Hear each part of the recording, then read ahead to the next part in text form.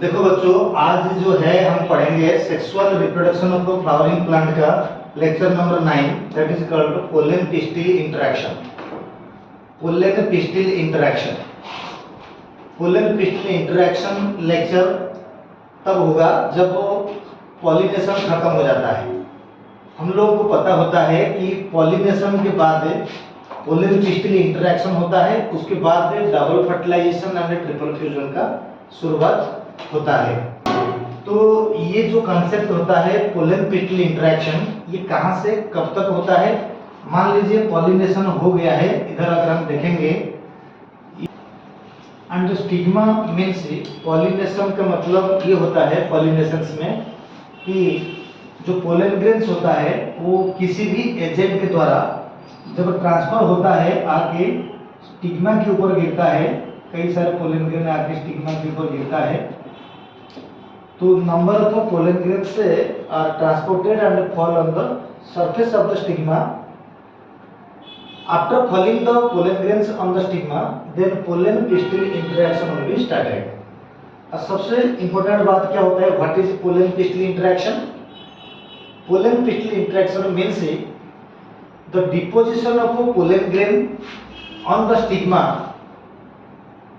towards the entry of pollen tube into the ovule. The whole process is called the pollen pistil interaction.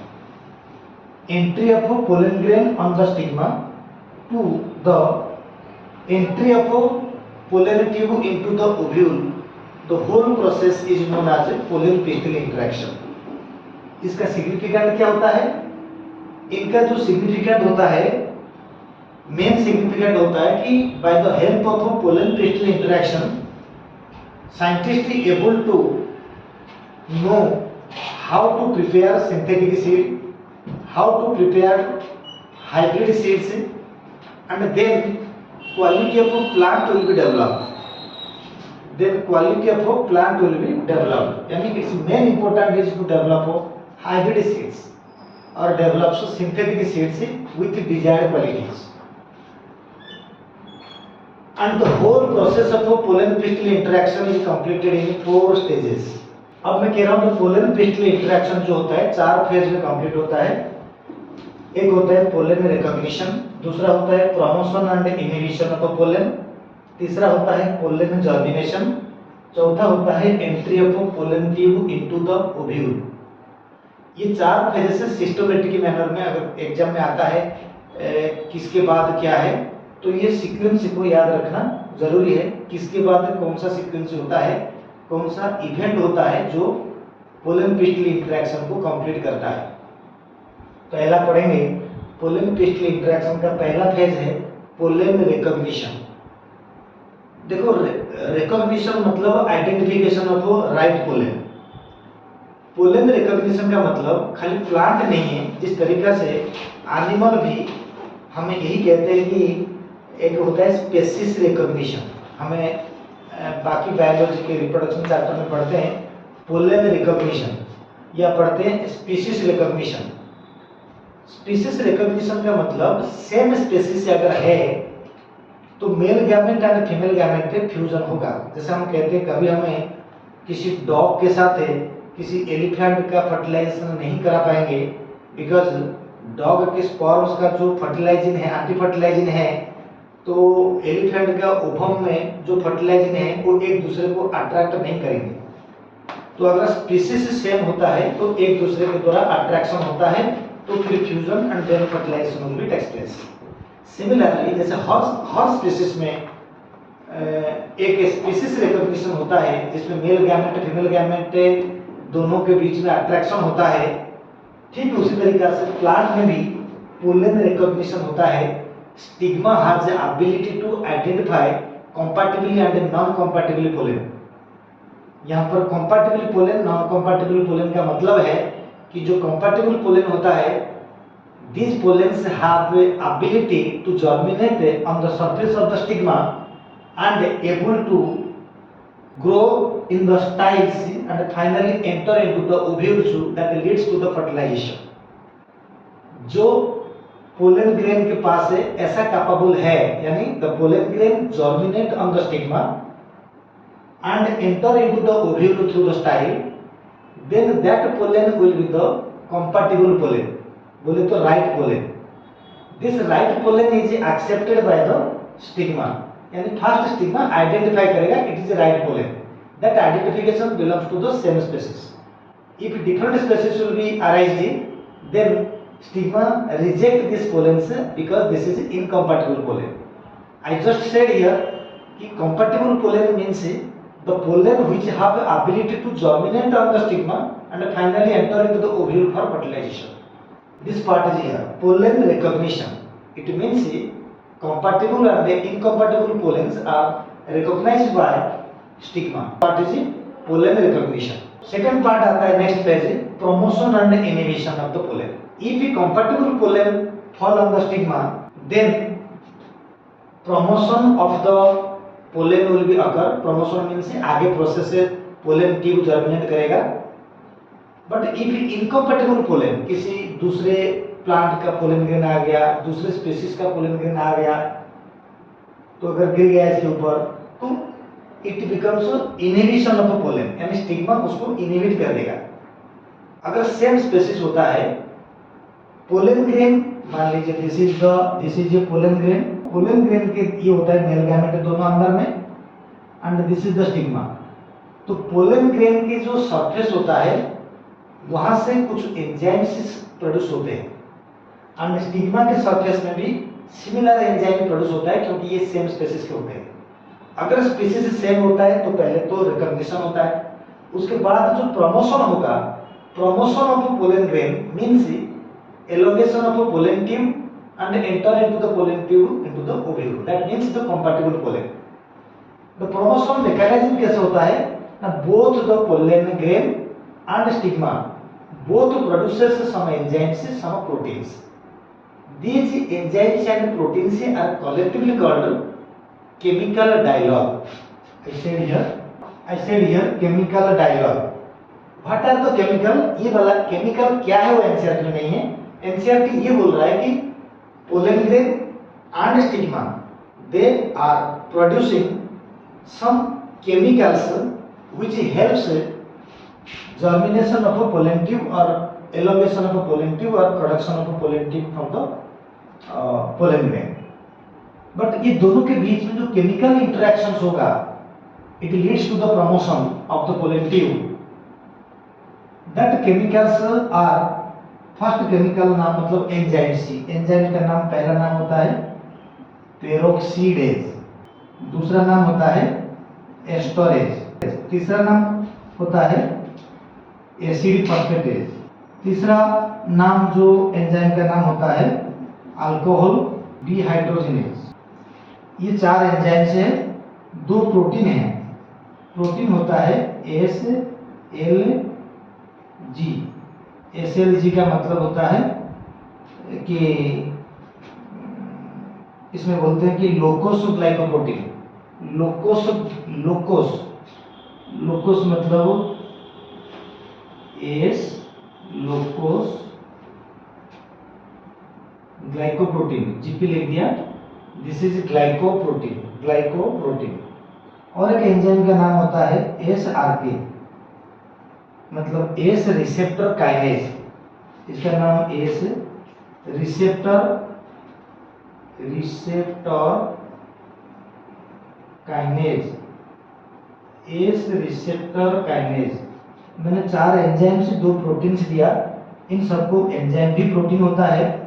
यही वाला जो chemical होता है ये chemical both pollen grain and stigma ये दोनों द्वारा बनता है. अगर ये स्पीसीज सेम है तो दोनों का इंटरेक्शन से जर्म पोर होके पोलन ट्यूब निकलता है एंड आगे प्रोसेस चलता है, मतलब पोलन ग्रेन का प्रमोशन होता है. अगर स्पीसीज सेम नहीं है, अगर गलती से स्टिग्मा रिसेप्टिव होकर एंजाइम से बना दिया तो पोलन ग्रेन नहीं बनाएगा, या पोलन ग्रेन बना दिया तो स्टिग्मा नहीं बनाएगा. अगर स्पीसीज सेम है तो दोनों बनाएंगे. दोनों बनेगा तो आगे पोलन ग्रेन का प्रमोशन होगा. अगर दोनों में से कोई नहीं बनाएगा या कोई एक नहीं बनाएगा तो पोलन ग्रेन का इनहिबिशन होगा, पोलन ट्यूब बनेगा नहीं. तो this part is called promotion and inhibition of pollen grain. Third part होता है पोलन जर्मिनेशन। पोलन जर्मिनेशन का मतलब होता है कि due to comfortable pollen fall on the stigma, then chemical process will be occur, यानी chemical interaction between stigma and a pollen grain will be occur, so that this process is called chemical dialogue, and then pollen germination will be started. And this pollen germination was initiated by potassium ion and protein. Pollen germination was initiated by potassium ion K plus and protein. इनके द्वारा pollen tube की germination धीरे धीरे होगा। अगर मैंने एक black colour में पोलन ट्यूब दिखाता हूँ तो ये अगर पोलन ग्रेन है तो इसके अंदर में पोलन ट्यूब का जर्मिनेशन इस तरीके से धीरे धीरे this called pollen tube. Pollen tube इस तरीके से जर्मिनेट होता है पोटेशियम आयन की प्रेजेंस में, क्योंकि सारे केमिकल उसको हेल्प करा जर्मिनेट करने के लिए। ये जो पोलन जर्मिनेशन लिखा गया है आपके एनसीईआरटी में, एक पैराग्राफ में लिखा हुआ है कि हम लोग चाहेंगे तो ऐसा 4 प्लांट का नाम उसमें बताया गया है कि क्रोटोलारिया, भिंका, बालासम, इस तरीका से एक और प्लांट भी है। इन प्लांट का पोलन ग्रेन को लाके अगर हम 10% शुगर सॉल्यूशन में डाल देंगे, 15 से 30 मिनट के अंदर में हम देखेंगे उसके अंदर में पोलन ट्यूब का नेचुरल तरीका से जर्मिनेट हो रहा है। यानी यहाँ पर जो शुगर सॉल्यूशन है 10% वाली, this will be called chemical डाइगर, यानी वो केमिकल पोलन ग्रेन भी बनाता है और वो केमिकल्स स्टिग्मा भी बनाता था उनका स्पीशीज में। जब हम आर्टिफिशियली शुगर सॉल्यूशन में उसको डुबाते हैं, डालते हैं, तो वो आर्टिफिशियली पोलन ट्यूब जर्मिनेट कर जाता है। ऐसे बोला गया है एनसीईआरटी में कि हमें पोलन ट्यूब आर्टिफिशियली बना सकते हैं। This is also pollen germination का पार्ट। एंड हमारा लास्ट पार्ट होता है पोलन पिस्टिल इंटरेक्शन का, कि सबसे पहले हमारे पास एक this is called embryo sac, this will be ovule, this is a ovule, and here ovule के पास होता है एग होता है, ये दो होते हैं सिमर्जिड, ये दोनों होते हैं सिमर्जिड। ये सेंट्रल वाला होता है एग। सबसे नीचे क्या होता है, नीचे जो होता है 3 होता है एंटीपोडल सेल, और बीच में जो 2 है इसको बोलते हैं, इनको बोलते हैं ये सेंट्रल सेल। सेंट्रल सेल के अंदर में 2 पोलर न्यूक्लियाई प्रेजेंट है, ये दोनों पोलर न्यूक्लियाई है। ठीक है, जैसे भी एंट्री करेगा, कौन करेगा entry? Pollen tube. Pollen tube जब एंट्री करेगा, अब entry of pollen tube into the ovule is of 3 वे, यानी 3 रास्ता है जिसमें पोलन ट्यूब एंट्री करता है ओव्यूल के अंदर में। अगर पोलन ट्यूब माइक्रोपाइलर रीजन के द्वारा एंट्री करेगा तो उसका नाम होगा, माइक्रोपाइलर रीजन में एंट्री करेगा पोलन ट्यूब, उसका नाम होगा पोरोगैमी। पोरोगैमी। और सबसे इंपॉर्टेंट क्या होता है, कैल्शियम आयन के प्रेजेंस में, कैल्शियम आयन के प्रेजेंस में एंट्री करेगा। अगर माइक्रोपाइलर एंड में एंट्री करेगा तो नाम होगा पोरोगैमी। अगर ये सालाजल एंड के द्वारा एंट्री करेगा, सालाजल एंड के द्वारा एंट्री करेगा तो इसको बोलेंगे चालाजोगैमी, चालाजोगैमी, चालाजोगैमी। अगर इंटेगुमेंट होके एंट्री करेगा, इंटेगुमेंट होके, तो इसको बोलेंगे मेजोगैमी, मेजोगैमी। तो 3 तरीका से ओव्यूल के अंदर में पोलन ट्यूब का एंट्री होता है, उसको बोलते हैं पोरोगैमी, चालाजोगैमी एंड मेजोगैमी।